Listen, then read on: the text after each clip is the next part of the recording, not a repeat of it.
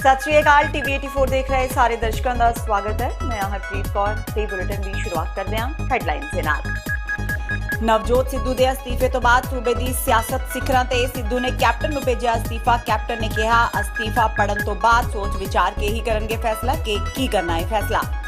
सुखपाल खैरा सिमरजीत सिंह बैंस ने सिद्धू नूं पीडीए विच शामिल होने का दिता सद्दा। 2022 विच मुख मंत्री के उम्मीदवार वजों सहमति बनाउण दी कही गल। खैरा ने कहा कांग्रेस विच ईमानदारी दा नहीं कोई मुल, जबकि बैंस ने कहा लोग सिद्धू नूं देखना चाहते हैं मुख मंत्री के तौर पर। विरोधियों के नाल नाल अपनी ही पार्टी के आगुओं के विरोध का भी करना पै रहा है सिद्धू नूं सामना। वलटोहा ने कहा सिद्धू की मुख मंत्री बनने की लालसा उन्होंने टिकट नहीं देती, जबकि ब्रह्म महिंद्रा ने कहा कि सिद्धू नूं गलबात जरिए मसले का हल चाहिए सी कढ़ना। भाई मोहकम सिंह ही होणगे यूनाइटेड अकाली दल के प्रधान। पार्टी मैंबरां ने भाई मोहकम सिंह नूं ही मुड़ प्रधान बनाउण दा कीता ऐलान। कहा भाई मोहकम सिंह अपनी जिम्मेवारी बड़े सुचज्जे ढंग नाल निभा रहे हैं, उही बने रहणगे यूनाइटेड अकाली दल के प्रधान। ते दल खालसा ने भारत वालों सिक्स फॉर जस्टिस ते लाई पाबंदी नूं मोदी हुकूमत का बेतुका ते बौखलाहट वाला कदम दस्सिया। हरपाल सिंह चीमा ने कहा कि SGF दियां भारत विच सरगर्मियां ना मात्र भारत विच उन्हां ते बैन लगाउणा खड़े करदा है कई सवाल। ते हुणे ने खबरां दा विस्तार। पंजाब दी सियासत विच नवजोत सिंह सिद्धू ते 1.5 महीना पहला उन्हां वल्लों दित्ते अस्तीफे दी कल तो चर्चा चल रही है। मुख मंत्री कैप्टन अमरिंदर सिंह अज प्रधानमंत्री नरेंद्र मोदी नूं मिलण लई दिल्ली पुजे। पत्रकारां ने जदों उन्हां नूं इस बारे पुछया तां उन्हां इस गल दी पुष्टि कीती कि उन्हां नूं सिद्धू दा अस्तीफा अज मिल गया है। सवालों के जवाब दिंदियां कैप्टन अमरिंदर सिंह ने कहा कि वह उस अस्तीफे नूं पढ़न तो बाद ही कोई फैसला लैणगे। सिद्धू ने अस्तीफा क्यों दिता है बारे पुछण ते कैप्टन अमरिंदर सिंह ने कहा कि यह तां सिद्धू खुद ही दस सकते हैं। कैप्टन ने कहा कि उन्होंने कदे भी नवजोत सिंह सिद्धू की पत्नी का विरोध नहीं किया, सगों उन्होंने तां राहुल गांधी नूं बठिंडा तो डॉक्टर नवजोत कौर सिद्धू के नाम का सुझाव दिता सी, पर उन्होंने बठिंडा तो चोण लड़न तो इनकार कर दिता, जबकि यह फैसला लैण का हक उन्होंने नहीं सी, सगों पार्टी ने यह फैसला लेना सी। कैप्टन अमरिंदर सिंह ने कहा कि नवजोत सिंह सिद्धू नाल उन्हां दा कोई विवाद नहीं है। कैप्टन ने कहा कि उन्हें सिद्धू नूं एक वड्डी जिम्मेवारी वाला अहुदा सौंपिया सी ते कैबिनेट छड्डण दा फैसला सिद्धू दा अपना है। कैप्टन ने कहा कि अस्तीफा उन्होंने मिल गया है, इसलिए उसनूं पढ़न ते सोच विचार करन पिछों ही वो फैसला लैणगे कि की करना है। भैया 17 मिनिस्टर्स इन पंजाब, मैंने 13 मिनिस्टर्स की पोर्टफोलियो चेंज किया, इनमें सिद्धू का चेंज किया from urban local government to power and alternative sources of power, which for us is a critical thing in Punjab. We need a minister daily to buy from the national grid, to trade, to do various things through the power board. And this is our critical time, which is from June till October when the paddy season is on. Punjab, 70% of the area has received water, 30% has not received even one shower of rain. So yes, the situation was kharab, and it is I am every day, even today, and every day I receive what is the power situation in the state. Now that's the job of the minister to do, but if he doesn't want to do it, then I can't do anything about that. He has, yesterday I was told that he has sent his resignation to the Congress president. Today I am told that he has delivered it in the house in Chandigarh this morning. So when I get back to Chandigarh tomorrow day after, then I will have it. Sir, he sent his resignation on June 10th and only made it public yesterday. Do you think in the intervening period he didn't send his resignation to you? No, he never sent it to me till this morning, I'm told. I haven't seen it yet. It's come to my house in Chandigarh. So I'll see it when I get back. नाराजगी की खबरें थी, मिला है आपके घर पहुंचा deliver हुआ है, तो आप उसको स्वीकार करेंगे ही करेंगे? ऐसे जब तक मैं पढ़ता नहीं कि लिखा क्या है उसने, क्या है उसने, I can't say anything. मैंने मुझे पढ़ने तो बोला। नवजोत सिद्धू वालों पंजाब कैबिनेट चों अस्तीफा देने तो बाद पंजाब एकता पार्टी के आगू सुखपाल खैरा ने अपना प्रतिक्रम दिता है। सिद्धू के अस्तीफे तो बाद सुखपाल खैरा का पहला बयान सामने आया, जिस विच उन्होंने नवजोत सिद्धू नूं पीडीए विच शामिल होने का सद्दा दिता। उन्होंने कहा कि वो लोक इंसाफ पार्टी के मुखी सिमरजीत सिंह बैंस की गल नाल बिल्कुल सहमत ने ते उन्होंने सिद्धू नूं मुख मंत्री बनाउण ते कोई इतराज नहीं है। जिक्र हो गया कि मुख्यमंत्री कैप्टन अमरिंदर सिंह वालों नवजोत सिद्धू का स्थानक सरकारां बारे विभाग वापस लैके उन्होंने बिजली महकमा दे दिता गया सी, जिस तो नाराज सिद्धू ने अपना अस्तीफा कैप्टन नूं सौंप दिता। देखो नवजोत सिंह सिद्धू नूं ना विਉਂਤਬੱਦੀ ਦੇ ਨਾਲ ਕੱਢਿਆ ਗਿਆ ਵਾ। ਇਹ ਉਹਦੇ ਖਿਲਾਫ ਕੈਪਟਨ ਅਮਰਿੰਦਰ ਸਿੰਘ ਦੀ ਸਾਰੀ ਲੌਬੀ ਨੇ ਸਾਜ਼ਿਸ਼ ਰਚੀ ਆ। ਕਿਉਂਕਿ ਨਵਜੋਤ ਸਿੰਘ ਸਿੱਧੂ ਨੇ ਸੱਚ ਬਿਆਨ ਕੀਤਾ ਸੀ ਬਠਿੰਡਾ ਲੋਕ ਸਭਾ ਦੇ ਵਿੱਚ ਕਿ ਕੈਪਟਨ ਅਮਰਿੰਦਰ ਸਿੰਘ ਤੇ ਬਾਦਲ ਦੇ ਪਰਿਵਾਰ ਮਿਲੀ ਭੁਗਤ ਨਾਲ ਰਾਜਨੀਤੀ ਕਰ ਰਹੇ। ਇਹ ਉਦਣ ਦੇ ਅੱਖਾਂ 'ਚ ਰੜਕ ਰਹੇ ਸੀ। ਇਹ ਜਿਹੜਾ ਸਾਰਾ ਫੇਰ ਬਦਲ ਹੋਇਆ ਵਜ਼ਾਰਤ ਵਿੱਚ, ਇਹ ਸਿਰਫ ਸਿੱਧੂ ਨੂੰ ਆਈਸੋਲੇਟ ਕਰਨ ਦੇ ਨਜ਼ਰੀਏ ਨਾਲ ਸੀਗਾ। ਔਰ ਮੈਂ ਸਮਝਦਾ ਕਿ ਸਿੱਧੂ ਨੂੰ ਸੱਚ ਬੋਲਣ ਦੀ ਕੀਮਤ ਅਦਾ ਕਰਨੀ ਪਈ ਆ। ਹਾਂ, ਅਫਸੋਸ ਇਸ ਗੱਲ ਦਾ ਹੋਇਆ ਕਿ ਇੱਕ ਅੱਛਾ ਕਾਬਲ ਇਨਸਾਨ, ਪੜ੍ਹਿਆ ਲਿਖਿਆ, ਬੇਬਾਕ ਆਦਮੀ, ਇੰਡੀਪੈਂਡੈਂਟ ਥਾਟ ਪ੍ਰੋਸੈਸ ਵਾਲਾ, ਔਰ ਕਿਤੇ ਨਾ ਕਿਤੇ ਕਾਂਗਰਸ ਹਾਈ ਕਮਾਂਡ ਵੀ ਉਹਨੂੰ ਪ੍ਰੋਟੈਕਟ ਕਰਨ ਵਿੱਚ, ਅਮਰਿੰਦਰ ਸਿੰਘ ਦੀ ਲੌਬੀ ਤੋਂ, ਰਜਵਾੜਾ ਸ਼ਾਹੀ ਤੋਂ ਉਹਨੂੰ ਬਚਾਉਣ ਵਿੱਚ ਨਾਕਾਮ ਰਹੀ ਹੈ। ਰਹੇਗੀ ਗੱਲ ਉਹਨਾਂ ਦੇ ਭਵਿੱਖ ਦੀ, ਪਹਿਲਾਂ ਨਵਜੋਤ ਸਿੰਘ ਸਿੱਧੂ ਇਹ ਫੈਸਲਾ ਕਰਨ ਕਿ ਉਹਨਾਂ ਨੇ ਕਾਂਗਰਸ ਛੱਡਣੀ ਹੈ ਕਿ ਨਹੀਂ ਛੱਡਣੀ। ਹੋ ਸਕਦਾ ਉਹਨਾਂ ਨੇ ਵਜ਼ਾਰਤ 'ਚੋਂ ਅਸਤੀਫਾ ਦਿੱਤਾ, ਉਹ ਕਾਂਗਰਸ ਵਿੱਚ ਰਹਿਣ। ਅਗਰ ਉਹ ਕਾਂਗਰਸ ਛੱਡਦੇ ਨੇ, ਉਹਨਾਂ ਨੇ ਕਿਸ ਪਲੇਟਫਾਰਮ ਨੂੰ ਜੁਆਇਨ ਕਰਨਾ ਜਾਂ ਕਿਹਨਾਂ ਦੇ ਨਾਲ ਗੱਲ ਕਰਨੀ, ਇਹ ਨਵਜੋਤ ਸਿੰਘ ਸਿੱਧੂ ਤੇ ਮੁਨੱਸਰ ਹੈ। ਜਿੱਥੋਂ ਤੱਕ ਆਮ ਆਦਮੀ ਪਾਰਟੀ ਵਾਲੇ ਕਹਿੰਦੇ ਕਿ ਸਾਡੇ ਵਿੱਚ ਸ਼ਾਮਲ ਹੋ ਜਾਓ, ਮੈਨੂੰ ਨਹੀਂ ਲੱਗਦਾ ਕਿ ਨਵਜੋਤ ਸਿੰਘ ਸਿੱਧੂ ਇਸ ਤਰ੍ਹਾਂ ਦੀ ਪਾਰਟੀ ਜਿਹਨੂੰ ਉਹ ਪਹਿਲਾਂ ਨਕਾਰ ਚੁੱਕੇ ਨੇ। 2017 'ਚ ਉਹਨਾਂ ਨੇ ਅਰਵਿੰਦ ਕੇਜਰੀਵਾਲ ਨਾਲ ਮੁਲਾਕਾਤ ਕੀਤੀ ਸੀ। ਉਹਨੂੰ ਮਿਲਣ ਤੋਂ ਬਾਅਦ ਉਹਨਾਂ ਨੇ ਕਿਹਾ ਕਿ ਇਹ ਬਹੁਤ ਸ਼ਾਤਰ ਆਦਮੀ ਆ, ਇਹ ਪੰਜਾਬ ਦੇ ਵਿੱਚ ਕੇਜਰੀਵਾਲ ਆਪ ਮੁੱਖ ਮੰਤਰੀ ਬਣਨਾ ਚਾਹੁੰਦਾ। ਜਿਹੜੇ ਵਿਅਕਤੀ ਇੱਕ ਵਾਰ ਠੁਕਰਾ ਚੁੱਕੇ ਹੋਣ ਉਹਨਾਂ ਵੱਲ ਨਹੀਂ ਜਾਣਗੇ। ਹਾਂ, ਮੈਂ ਨਹੀਂ ਕਹਿੰਦਾ ਕਿ ਕੋਈ ਸਾਡੀ ਪਾਰਟੀ ਜੁਆਇਨ ਕਰਨ, ਪਰ ਅਸੀਂ ਜਿਹੜੇ ਹਮ ਖਿਆਲ ਪੰਜਾਬ ਦੇ ਵਿੱਚ ਪਾਰਟੀਆਂ ਨੇ, ਚਾਹੇ ਉਹ ਬੈਂਸ ਬ੍ਰਦਰਸ ਦੀ ਆ, ਚਾਹੇ ਉਹ ਡਾਕਟਰ ਧਰਮਵੀਰ ਗਾਂਧੀ, ਚਾਹੇ ਉਹ ਸਾਡੀ ਆ, ਜਿਹੜਾ ਸਾਡਾ ਪੰਜਾਬ ਡੈਮੋਕ੍ਰੈਟਿਕ ਅਲਾਇੰਸ ਬਣਿਆ ਸੀ, ਅਸੀਂ ਮੀਟਿੰਗ ਕਰਕੇ ਅਸੀਂ ਯਤਨ ਕਰਾਂਗੇ ਕਿ ਉਹ ਸਾਡੇ ਨਾਲ ਆਉਣ। ਔਰ ਜੇ ਸਾਰਿਆਂ ਨੇ ਕੰਸੈਂਸਸ ਬਣਾਇਆ ਕਿ ਹਾਂ ਨਵਜੋਤ ਸਿੰਘ ਸਿੱਧੂ ਨੂੰ ਮੋਹਰੇ ਲਾ ਕੇ ਆਪਾਂ ਇੱਕ ਲੀਡਰ ਬਣਾਈ, ਜਿੱਦਾਂ ਬੈਂਸ ਸਾਹਿਬ ਕਹਿੰਦੇ ਨੇ ਕਿ ਚੀਫ ਮਿਨਿਸਟਰ ਦਾ ਕੈਂਡੀਡੇਟ ਬਣਾਉਣਾ ਚਾਹੀਦਾ, ਇਹਦੇ ਵਿੱਚ ਵੀ ਕੋਈ ਇਤਰਾਜ਼ ਨਹੀਂਗਾ। ਅਗਰ ਅੱਛੇ ਕਿਸੇ ਕਾਬਿਲ ਇਨਸਾਨ ਨੂੰ ਅਸੀਂ ਅੱਗੇ ਲਾਵਾਂਗੇ ਤਾਂ ਪੰਜਾਬ ਦੇ ਵਿੱਚ ਇੱਕ ਵਿਕਲਪ ਦੀ ਰਾਜਨੀਤੀ ਵਿੱਚ ਲੋਕਾਂ ਦਾ ਵਿਸ਼ਵਾਸ ਵਧੇਗਾ। ਨਵਜੋਤ ਸਿੰਘ ਸਿੱਧੂ ਵੱਲੋਂ ਅੱਜ ਮੁੱਖ ਮੰਤਰੀ ਕੈਪਟਨ ਅਮਰਿੰਦਰ ਸਿੰਘ ਨੂੰ ਅਸਤੀਫਾ ਭੇਜਣ ਤੇ ਲੋਕ ਇਨਸਾਫ ਪਾਰਟੀ ਦੇ ਮੁਖੀ ਸਿਮਰਜੀਤ ਸਿੰਘ ਬੈਂਸ ਨੇ ਆਪਣਾ ਪ੍ਰਤੀਕਰਮ ਦਿੱਤਾ ਹੈ। ਉਹਨਾਂ ਸਿੱਧੂ ਵੱਲੋਂ ਦਿੱਤੇ ਗਏ ਅਸਤੀਫੇ ਤੇ ਚੱਲ ਰਹੀ ਰਾਜਨੀਤੀ ਨੂੰ ਫਜ਼ੂਲ ਦੱਸਿਆ ਹੈ। ਸਿੱਧੂ ਨੂੰ ਨਸੀਹਤ ਦਿੰਦਿਆਂ ਸਿਮਰਜੀਤ ਸਿੰਘ ਬੈਂਸ ਨੇ ਕਿਹਾ ਕਿ ਉਹ ਸਿੱਧੂ ਦੇ ਪੰਜਾਬ ਕੈਬਨਿਟ ਵਿੱਚੋਂ ਦਿੱਤੇ ਗਏ ਅਸਤੀਫੇ ਨੂੰ ਅਧੂਰਾ ਮੰਨਦੇ ਨੇ। ਸਿੱਧੂ ਨੂੰ ਕਾਂਗਰਸ ਵਿੱਚੋਂ ਵੀ ਅਸਤੀਫਾ ਦੇ ਦੇਣਾ ਚਾਹੀਦਾ ਹੈ। ਇਸ ਦੇ ਨਾਲ ਹੀ ਉਹਨਾਂ ਕਿਹਾ ਕਿ ਜੇ ਸਿੱਧੂ ਨੇ ਆਪਣਾ ਅਸਤੀਫਾ ਕੈਪਟਨ ਅਮਰਿੰਦਰ ਸਿੰਘ ਨੂੰ ਭੇਜ ਦਿੱਤਾ ਹੈ ਤਾਂ ਉਸ ਤੋਂ ਸਾਫ਼ ਹੈ ਕਿ ਕਾਂਗਰਸ ਵਿੱਚ ਇਮਾਨਦਾਰ ਲੋਕਾਂ ਦਾ ਦਮ ਘੁੱਟਦਾ ਹੈ। ਉਹਨਾਂ ਕਿਹਾ ਕਿ ਕਾਂਗਰਸ ਵਿੱਚ ਕਿਹੋ ਜਿਹਾ ਕਲਚਰ ਚੱਲ ਰਿਹਾ ਹੈ ਕਿ ਇੱਕ ਪਾਸੇ ਰੇਤ ਚੋਰੀ ਕਰਨ ਵਾਲੇ ਸਾਬਕਾ ਮੰਤਰੀ ਗੁਰਜੀਤ ਸਿੰਘ ਦਾ ਬਹੁਤ ਮੁਸ਼ਕਿਲ ਨਾਲ ਅਸਤੀਫਾ ਲਿਆ ਗਿਆ ਸੀ, ਪਰ ਹੁਣ ਚੋਰਾਂ ਨੂੰ ਫੜਨ ਵਾਲੇ ਇਮਾਨਦਾਰ ਮੰਤਰੀ ਸਿੱਧੂ ਨੂੰ ਆਪਣਾ ਅਸਤੀਫਾ ਦੇਣਾ ਪਿਆ। ਉਹਨਾਂ ਕਿਹਾ ਕਿ ਸਿੱਧੂ ਨੂੰ ਪੰਜਾਬ ਦੀ ਜਨਤਾ 2022 ਵਿੱਚ ਮੁੱਖ ਮੰਤਰੀ ਦੇ ਰੂਪ ਵਿੱਚ ਦੇਖਣਾ ਚਾਹੁੰਦੀ ਹੈ ਤੇ ਲੋਕ ਇਨਸਾਫ ਪਾਰਟੀ ਸਿੱਧੂ ਦਾ ਸਵਾਗਤ ਕਰਦੀ ਹੈ। ਸਿਮਰਜੀਤ ਸਿੰਘ ਬੈਂਸ ਪੰਜਾਬ ਨੂੰ ਬੰਜਰ ਹੋਣ ਤੇ ਕੰਗਾਲੀ ਤੋਂ ਬਚਾਉਣ ਲਈ ਸ਼ੁਰੂ ਕੀਤੇ ਜਾ ਰਹੇ ਜਨ ਅੰਦੋਲਨ ਸਾਡਾ ਪਾਣੀ ਸਾਡਾ ਹੱਕ ਤਹਿਤ ਕਪੂਰਥਲਾ ਪਹੁੰਚੇ ਹੋਏ ਸਨ। ਸਿੱਧੂ ਸਾਹਿਬ ਦਾ ਜਿਹੜਾ ਰਿਜ਼ਾਈਨ ਹੈ ਨਾ, ਪੰਜਾਬ ਦੀ ਵਜ਼ਾਰਤ ਕਾਂਗਰਸ ਪਾਰਟੀ ਦੀ ਸਰਕਾਰ ਬਣਿਆ 2.5 ਸਾਲ 2 ਅਸਤੀਫੇ ਹੋਏ ਆ। ਪਹਿਲਾ ਅਸਤੀਫਾ ਸੀਗਾ ਰਾਣਾ ਗੁਰਜੀਤ, ਦੂਜਾ ਅਸਤੀਫਾ Navjot Sidhu as a minister. Rana Gurjeet ਚੋਰੀ ਰੇਤੇ ਦੀ ਕਰਦੇ ਫੜੇ ਗਏ, ਇਸ ਕਰਕੇ ਮਜਬੂਰੀ ਬਸ ਉਹਨਾਂ ਨੂੰ ਰਿਜ਼ਾਈਨ ਕਰਨਾ ਪਿਆ। ਨਵਜੋਤ ਸਿੱਧੂ ਦਾ ਅਸਤੀਫਾ ਹੈਗਾ ਚੋਰਾਂ ਨੂੰ ਭਜਾਉਣ ਵਾਸਤੇ, ਰੋਸ ਵਜੋਂ ਵੀ ਭੱਜੇ ਨਹੀਂ ਮੇਰੇ ਕੋਲ। ਚਾਹੇ ਉਹਨਾਂ ਨੇ ਮਾਈਨਿੰਗ ਪਾਲਿਸੀ ਬਣਾਈ ਰੱਦੀ ਦੀ ਟੋਕਰੀ 'ਚ, ਚਾਹੇ ਉਹਨਾਂ ਨੇ STF ਦੀ ਰਿਪੋਰਟ ਪੜ੍ਹ ਕੇ ਸੁਣਾਈ ਜਿਹਦੇ 'ਚ ਵਿਕਰਮ ਮਜੀਠੀਆ ਦੋਸ਼ੀ ਹੈ ਰੱਦੀ ਦੀ ਟੋਕਰੀ ਦੇ ਵਿੱਚ, ਚਾਹੇ ਉਹਨਾਂ ਨੇ ਇਲੀਗਲ ਕਲੋਨੀਆਂ ਨੂੰ ਰੈਗੂਲਾਈਜ਼ ਕਰਨ ਵਾਸਤੇ, ਲੈਂਡ ਮਾਫੀਆ ਨੂੰ ਨਕੇਲ ਪਾਉਣ ਵਾਸਤੇ ਪਾਲਿਸੀ ਬਣਾਈ ਰੱਦੀ ਦੀ ਟੋਕਰੀ 'ਚ, ਚਾਹੇ ਉਹ ਪੰਜਾਬ ਵਿਧਾਨ ਸਭਾ ਦੇ ਅੰਦਰ ਕਾਲੀਆਂ ਦੇ ਨਾਲ ਪੱਗੋ ਪੱਗੀ ਹੋਣ ਤੱਕ ਦੀ ਨੌਬਤ ਆ ਗਈ। ਗੁਰੂ ਗ੍ਰੰਥ ਸਾਹਿਬ ਬੇਅਦਬੀ ਕਾਂਡ ਨੂੰ ਲੈ ਕੇ ਕੋਈ ਸੁਣਵਾਈ ਨਹੀਂ। ਨਵਜੋਤ ਸਿੱਧੂ ਦੀ ਸੁਣਵਾਈ ਕਿਤੇ ਨਹੀਂ ਹੋਈ। ਪ੍ਰਗਟ ਬੈਂਸ ਭਰਾ ਤੇ ਸਿੱਧੂ ਸਾਹਿਬ ਨੇ ਰਲ ਕੇ ਵਾਦੇ ਪੰਜਾਬ ਬਣਾਇਆ। ਮੈਂ ਸਿੱਧੂ ਸਾਹਿਬ ਨੂੰ ਉਦੋਂ ਇਹ ਗੱਲ ਕਹੀ ਸੀ ਵੀ ਕਾਂਗਰਸ ਤੇ ਤੁਹਾਡੀ ਦਾਲ ਗਲਦੀ ਨਹੀਂ। ਅੱਜ ਉਹ ਗੱਲ ਸਾਬਤ ਹੋ ਗਈ। ਇਹ ਜਿਹੜਾ ਅਸਤੀਫਾ ਹੈ ਨਾ, ਅਸਤੀਫਾ ਅੱਜ ਉਹਨਾਂ ਨੇ CM ਤੇ ਸਪੀਕਰ ਨੂੰ ਵੀ ਭੇਜਤਾ ਹੋਇਆ।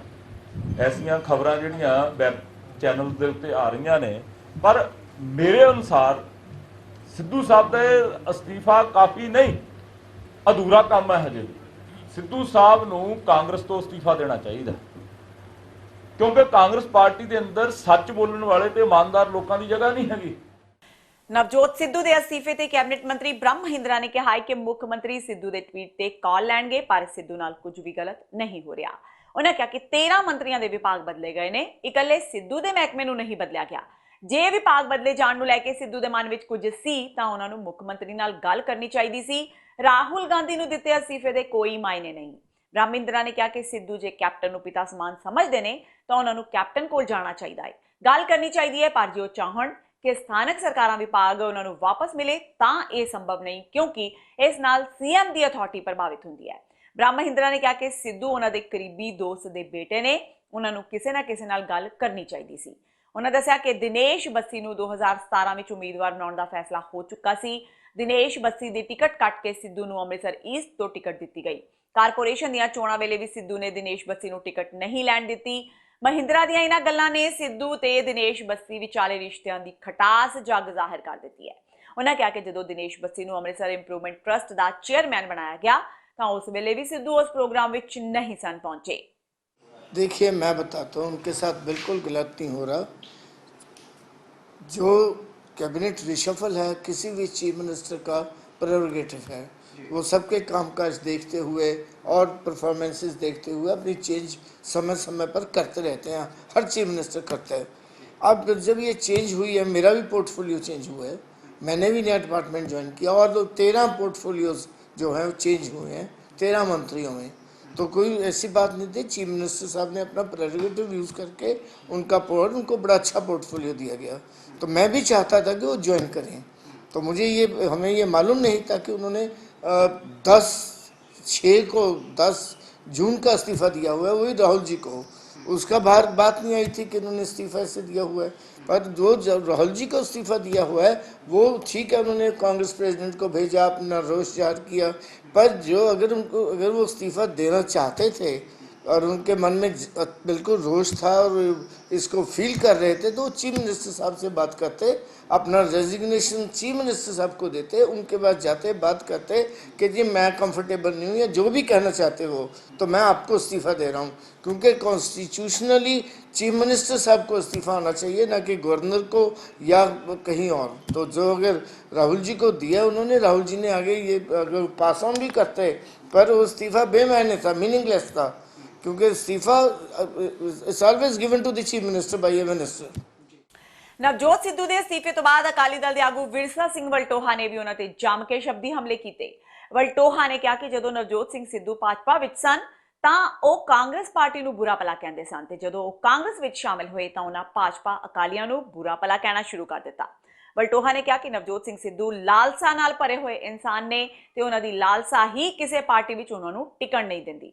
ਵਲਟੋਹਾ ਮੁਤਾਬਕ ਨਵਜੋਤ ਸਿੱਧੂ ਆਪਣੇ ਆਪ ਨੂੰ ਪੰਜਾਬ ਦੇ ਮੁੱਖ ਮੰਤਰੀ ਕੈਪਟਨ ਅਮਰਿੰਦਰ ਸਿੰਘ ਦੀ ਜਗ੍ਹਾ ਤੇ ਖੁਦ ਨੂੰ ਦੇਖ ਰਹੇ ਸਨ ਤੇ ਇਸੇ ਲਈ ਉਹਨਾਂ ਦੀ ਲਾਲਸਾ ਮੁੱਕਣ ਦਾ ਨਾਮ ਨਹੀਂ ਲੈ ਰਹੀ।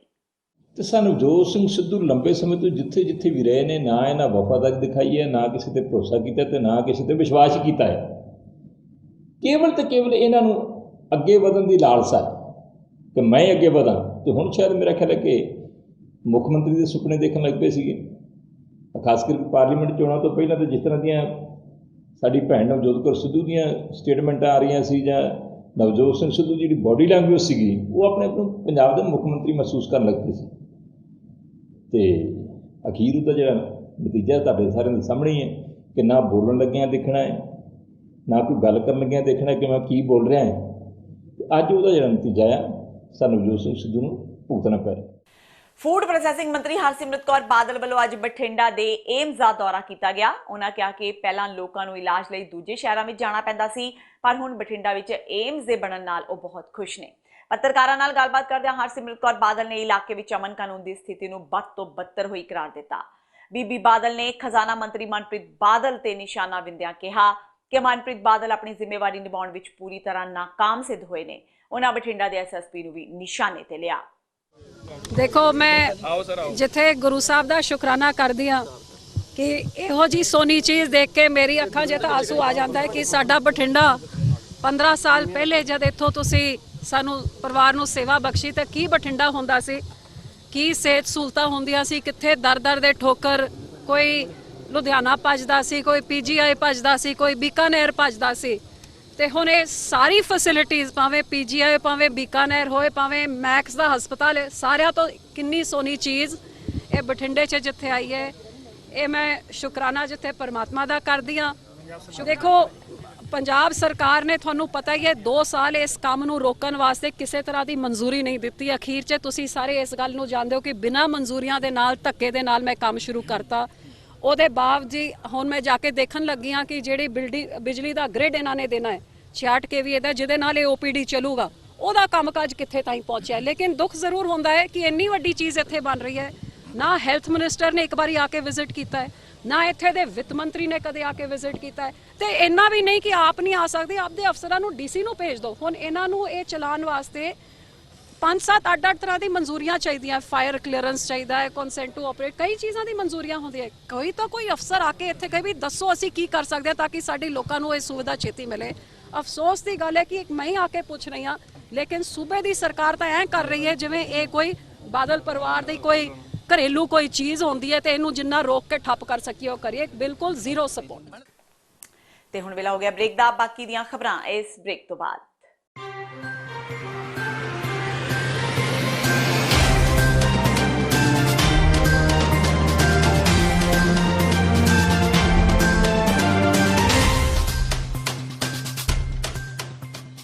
ਕੀ ਤੁਸੀਂ ਰੋਜ਼ਾਨਾ ਕੰਮ ਤੇ ਆਪਣਾ ਵਧੇਰੇ ਸਮਾਂ ਬਿਤਾਉਣ ਤੋਂ ਪਰੇਸ਼ਾਨ ਹੋ?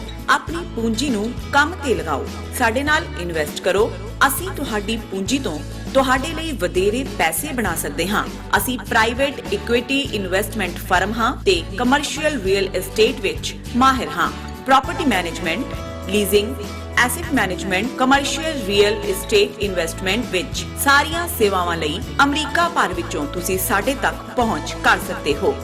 ਆਜ਼ਾਦ ਕਮਰਸ਼ੀਅਲ ਰੀਅਲਟੀ ਸਰਵਿਸਿਜ਼ ਤੇ Azad family trust, 701 north post oak road, suite number 204, Houston, Texas.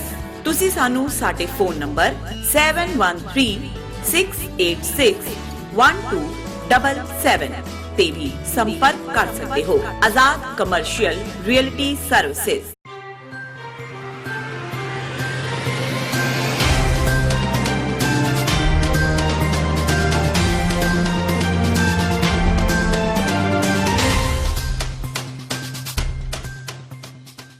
Break ਤੋਂ ਬਾਅਦ ਟੀਵੀ 84 ਦੇ ਖਬਰਾਂ ਦੇ ਬੁਲੇਟਿਨ ਵਿੱਚ ਸਵਾਗਤ ਹੈ। ਵਧਦੇ ਹਾਂ ਅਗਲੀ ਖਬਰ ਵੱਲ। ਪੰਜਾਬ ਏਕਤਾ ਪਾਰਟੀ ਦੇ ਕਾਰਜਕਾਰੀ ਪ੍ਰਧਾਨ ਸੁਖਪਾਲ ਸਿੰਘ ਖਹਿਰਾ ਨੇ ਦੋਸ਼ ਲਗਾਇਆ ਹੈ ਕਿ ਮੋਹਾਲੀ ਸੀਬੀਆਈ ਕੋਰਟ ਵਿੱਚ 2 ਡੇਰਾ ਪ੍ਰੇਮੀਆਂ ਖਿਲਾਫ ਦਰਜ ਕੀਤੇ ਗਏ ਬੇਅਦਬੀ ਮਾਮਲਿਆਂ ਵਿੱਚ ਸੀਬੀਆਈ ਨੇ ਅਕਾਲੀ ਦਲ ਤੇ ਭਾਜਪਾ ਦੇ ਦਬਾਅ ਹੇਠ ਕਲੋਜ਼ਰ ਰਿਪੋਰਟ ਦਾਇਰ ਕੀਤੀ ਹੈ। ਖਹਿਰਾ ਨੇ ਬਿਆਨ ਜਾਰੀ ਕਰਦਿਆਂ ਕਿਹਾ ਕਿ ਇਸ ਸਾਲ ਦੇ ਅੰਤ ਵਿੱਚ ਹੋਣ ਵਾਲੀਆਂ ਹਰਿਆਣਾ ਵਿਧਾਨ ਸਭਾ ਚੋਣਾਂ ਵਿੱਚ ਡੇਰਾ ਪ੍ਰੇਮੀਆਂ ਦੀ ਹਮਾਇਤ ਲੈਣ ਦੇ ਮੱਦੇਨਜ਼ਰ ਭਾਜਪਾ ਡੇਰਾ ਆਗੂਆਂ ਨੂੰ ਖੁਸ਼ ਕਰਨ ਲਈ ਪੂਰੀ ਵਾਲ ਆ ਰਹੀ ਹੈ। ਉਹਨਾਂ ਕਿਹਾ ਕਿ ਡੀਆਈਜੀ ਰਣਜੀਤ ਸਿੰਘ ਖੱਟੜਾ ਦੀ ਅਗਵਾਈ ਵਾਲੀ ਪੰਜਾਬ ਪੁਲਿਸ ਦੀ ਐਸਆਈਟੀ ਨੇ ਬੇਅਦਬੀ ਮਾਮਲਿਆਂ ਵਿੱਚ ਡੇਰਾ ਪ੍ਰੇਮੀਆਂ ਦੀ ਸ਼ਮੂਲੀਅਤ ਪਾਈ ਸੀ, ਪਰ ਉਸ ਵੇਲੇ ਦੇ ਮੁੱਖ ਮੰਤਰੀ ਪ੍ਰਕਾਸ਼ ਸਿੰਘ ਬਾਦਲ ਨੇ ਦੋਸ਼ੀਆਂ ਨੂੰ ਬਚਾਉਣ ਖਾਤਰ 2 ਮਾਮਲਿਆਂ ਦੀ ਜਾਂਚ ਸੀਬੀਆਈ ਨੂੰ ਸੌਂਪ ਦਿੱਤੀ। ਬਾਦਲ ਜਾਣਦੇ ਸਨ ਕਿ ਉਹਨਾਂ ਦੀ ਪਾਰਟੀ ਸੱਤਾ ਵਿੱਚ ਨਹੀਂ ਆਵੇਗੀ ਤੇ ਵਿਧਾਨ ਸਭਾ ਚੋਣਾਂ ਦੇ ਨੇੜੇ ਜਾ ਕੇ ਇਹ ਫੈਸਲਾ ਲਿਆ ਗਿਆ। ਯੂਨਾਈਟਿਡ ਅਕਾਲੀ ਦਲ ਦੇ ਮੋਹਕਮ ਸਿੰਘ ਧੜੇ ਨੇ ਭਾਈ ਮੋਹਕਮ ਸਿੰਘ ਨੂੰ ਹੀ ਮੁੜ ਪ੍ਰਧਾਨ ਬਣਾਉਣ ਦਾ ਐਲਾਨ ਕੀਤਾ ਹੈ। ਅੱਜ ਅੰਮ੍ਰਿਤਸਰ ਵਿੱਚ ਯੂਨਾਈਟਿਡ ਅਕਾਲੀ ਦਲ ਵੱਲੋਂ ਇੱਕ ਪ੍ਰੈਸ ਕਾਨਫਰੰਸ ਦੌਰਾਨ ਪ੍ਰਧਾਨ ਭਾਈ ਮੋਹਕਮ ਸਿੰਘ ਦੇ ਅਸਤੀਫੇ ਨੂੰ ਨਾਮਨਜ਼ੂਰ ਕਰ ਦਿੱਤਾ ਗਿਆ ਤੇ ਉਹਨਾਂ ਨੂੰ 2 ਸਾਲਾਂ ਲਈ ਹੋਰ ਪ੍ਰਧਾਨ ਥਾਪ ਦਿੱਤਾ ਗਿਆ। ਅੰਮ੍ਰਿਤਸਰ ਵਿੱਚ ਇਕੱਤਰਤਾ ਦੌਰਾਨ ਯੂਨਾਈਟਿਡ ਅਕਾਲੀ ਦਲ ਦੇ ਸਮੂਹ ਮੈਂਬਰਸ ਵੱਲੋਂ ਇਹ ਫੈਸਲਾ ਲਿਆ ਗਿਆ।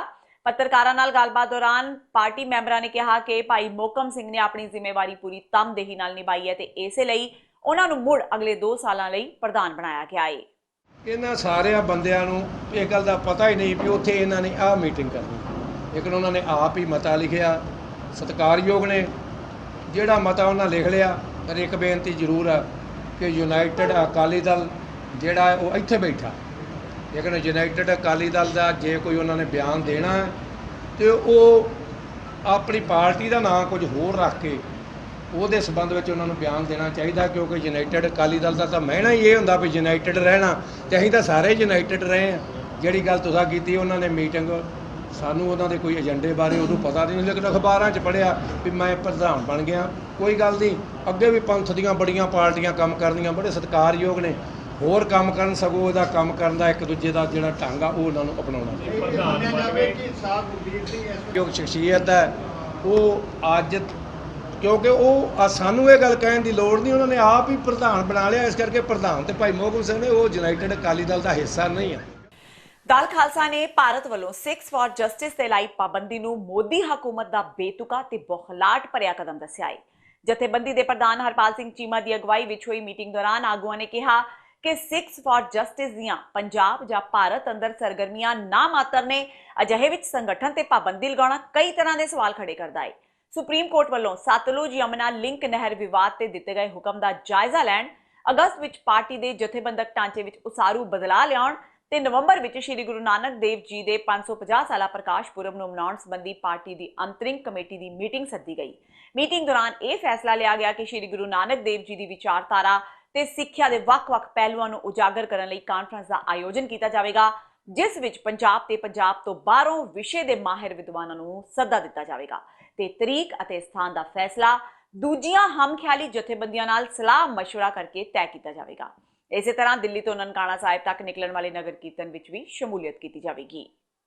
ਪਠਾਨਕੋਟ ਦੇ ਕਸਬਾ ਦੀਨਾਨਗਰ ਦੀ ਦੋਦਵਾ ਸਹਿਕਾਰੀ ਕੋਆਪਰੇਟਿਵ ਸੁਸਾਇਟੀ ਦੇ ਸੈਕਟਰੀ ਵੱਲੋਂ ਕੋਆਪਰੇਟਿਵ ਬੈਂਕ ਦੇ ਖਾਤਾ ਧਾਰਕਾਂ ਤੇ ਛੋਟੇ ਕਿਸਾਨਾਂ ਦੇ ਜਾਲੀ ਹਸਤਾਖਰ ਕਰਕੇ ਉਹਨਾਂ ਦੇ ਨਾਲ ਲੱਖਾਂ ਰੁਪਏ ਦਾ ਘਪਲਾ ਕਰਨ ਦਾ ਮਾਮਲਾ ਸਾਹਮਣੇ ਆਇਆ ਹੈ।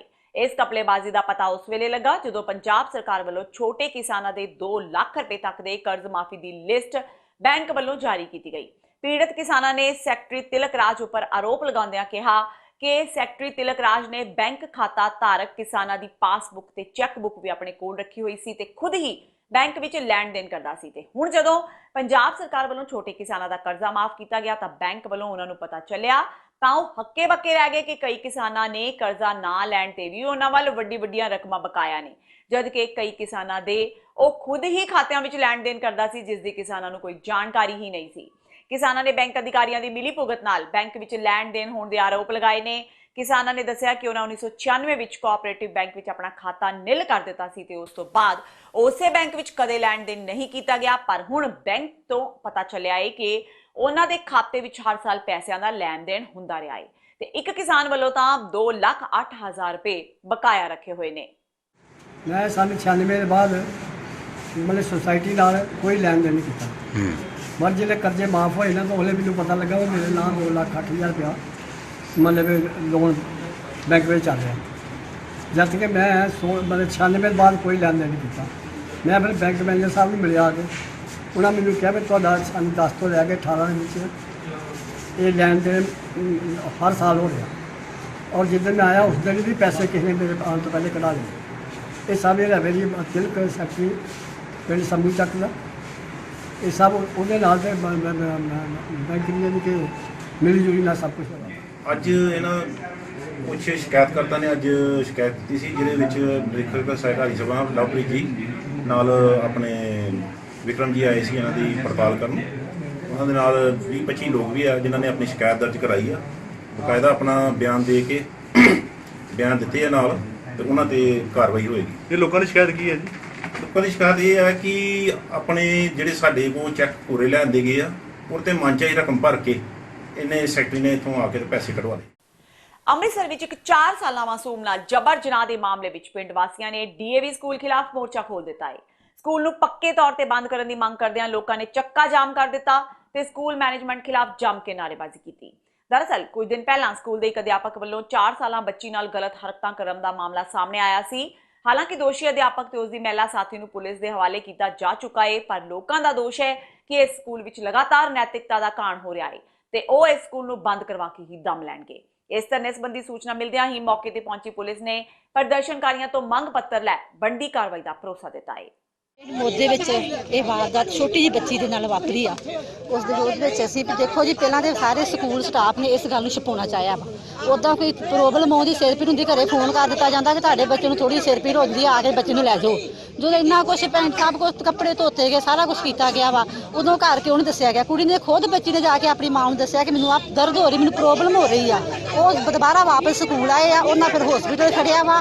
ਫਿਰ ਪ੍ਰਸ਼ਾਸਨ ਦੀ ਹਰਕਤ ਵਿੱਚ ਸਾਰੀ ਗੱਲ ਲਿਆਂਦੀ ਆ। ਚਲੋ ਪੁਲਿਸ ਪ੍ਰਸ਼ਾਸਨ ਨੇ ਬਹੁਤ ਕਾਰਵਾਈ ਵਧੀਆ ਤਰੀਕੇ ਨਾਲ ਕਰਕੇ ਤੇ ਚਲੋ ਕੈਮਰੇ ਦੀ ਪੜਤਾਲ ਕਰਕੇ ਤੇ ਸਾਰਿਆਂ ਨੂੰ ਸਜ਼ਾ ਵੀ ਦਿੱਤੀ ਹੈ। ਜਿਹੜੇ ਫੜੇ ਗਏ ਉਹਨਾਂ ਨੂੰ ਸਜ਼ਾ ਵੀ ਦਿੱਤੀ ਆ। ਪਰ ਅਸੀਂ ਚਾਹੁੰਦੇ ਕਿ ਸਕੂਲ ਸਟਾਫ ਦੀ ਬਹੁਤ ਅਣਗਹਿਲੀ ਆ। ਇਹਦੇ ਵਿੱਚ ਪ੍ਰਿੰਸੀਪਲ ਨੂੰ ਦੀ ਜ਼ਿਆਦਾ ਅਣਗਹਿਲੀ ਕਿ ਪ੍ਰਿੰਸੀਪਲ ਦੇ ਹੁੰਦਿਆਂ ਸਕੂਲ ਦੇ ਵਿੱਚ ਆ ਘਟਨਾ ਵਾਪਰ ਜੇ। ਇਹ ਬਹੁਤ ਮਾੜੀ ਘਟਨਾ ਵਾ। ਅਸੀਂ ਚਾਹੁੰਦੇ ਹਾਂ ਕਿ ਜਿਹੋ ਜਿਹਾ ਸਕੂਲ ਆਪਾਂ 6 ਘੰਟੇ ਸੇਫ ਹੁੰਦੇ ਬਿਲਕੁਲ। ਬੱਚਾ ਸਾਡਾ ਸਕੂਲ ਗਿਆ ਵਾ ਜੀ ਬੇਫਿਕਰ ਹੋਈਦਾ ਬਿਲਕੁਲ ਸੇਫ ਜਗ੍ਹਾ ਤੇ ਗਿਆ ਵਾ ਕਿ ਟੀਚਰ ਉਹਦੇ ਗੁਰੂ ਹੁੰਦੇ ਆ। ਜੇ ਕੋਈ ਟੀਚਰ ਹੀ ਇਹ ਹਰਕਤ ਕਰ ਦਿੰਦਾ ਵਾ ਤੇ ਫਿਰ ਕਿਤੇ ਯਕੀਨ ਕੀਤਾ ਜਾ ਸਕਦਾ ਵਾ। ਅਸੀਂ ਚਾਹੁੰਦੇ ਹਾਂ ਵੀ ਜਿਹੋ ਜਿਹੀ ਹਰਕਤ ਕਿਸੇ ਅੱਗੇ ਸਕੂਲ 'ਚ ਹੋਰ ਕਿਸੇ ਸਕੂਲ 'ਚ ਨਾ ਵਾਪਰੇ। ਇਹੋ ਜਿਹੀ ਸਜ਼ਾ ਹੋਣੀ ਚਾਹੀਦੀ ਕਿ ਉਹਨੂੰ ਮੌਤ ਦੀ ਸਜ਼ਾ ਹੋਣੀ। ਜੋ ਵੀ ਦੋਸ਼ੀ ਪਾਇਆ ਜਾਂਦਾ ਉਹਨੂੰ ਮੌਤ ਦੀ ਸਜ਼ਾ ਹੋਣੀ ਚਾਹੀਦੀ ਹੈ ਜੀ। ਮੋਗਾ ਦੇ ਪਿੰਡ ਰੇੜਵਾ ਵਿੱਚ ਕੁਝ ਵਿਅਕਤੀਆਂ ਵੱਲੋਂ ਇੱਕ ਬਜ਼ੁਰਗ ਵਿਅਕਤੀ ਦੇ ਗਲ ਵਿੱਚ ਸੰਗਲ ਪਾ ਕੇ ਬੇਰਹਿਮੀ ਨਾਲ ਕੁੱਟਮਾਰ ਕਰਨ ਦਾ ਮਾਮਲਾ ਸਾਹਮਣੇ ਆਇਆ ਹੈ।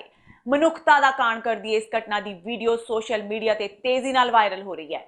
ਰੇੜਵਾ ਪਿੰਡ ਦੇ ਰਹਿਣ ਵਾਲੇ ਮਹਿੰਦਰ ਸਿੰਘ ਨਾਮ ਦੇ ਵਿਅਕਤੀ ਦੀ ਮੋਟਰ ਤੇ ਬਿਜਲੀ ਦੀ ਕੁੰਡੀ ਲੱਗੀ ਹੋਈ ਸੀ ਤੇ ਉਸ ਨੂੰ ਸ਼ੱਕ ਸੀ ਕਿ ਇਸ ਦੀ ਸ਼ਿਕਾਇਤ ਬਜ਼ੁਰਗ ਹਰਬੰਸ ਸਿੰਘ ਨੇ ਕੀਤੀ ਹੈ, ਜਿਸ ਦੇ ਚਲਦਿਆਂ ਮਹਿੰਦਰ ਸਿੰਘ ਵੱਲੋਂ ਪਹਿਲਾਂ ਆਪਣੇ ਸਾਥੀਆਂ ਨਾਲ ਮਿਲ ਕੇ ਬਜ਼ੁਰਗ ਹਰਬੰਸ ਸਿੰਘ ਦੀ ਬੁਰੀ ਤਰ੍ਹਾਂ ਕੁੱਟਮਾਰ ਕੀਤੀ ਗਈ ਤੇ ਫਿਰ ਉਸ ਦੇ ਗਲ ਵਿੱਚ ਸੰਗਲ ਪਾ ਕੇ ਘੜੀਸਿਆ ਵੀ ਗਿਆ। ਉਧਰ ਪੁਲਿਸ ਨੇ ਮਾਮਲਾ ਦਰਜ ਕਰਕੇ ਅਗਲੀ ਕਾਰਵਾਈ ਆਰੰਭ ਦਿੱਤੀ ਹੈ।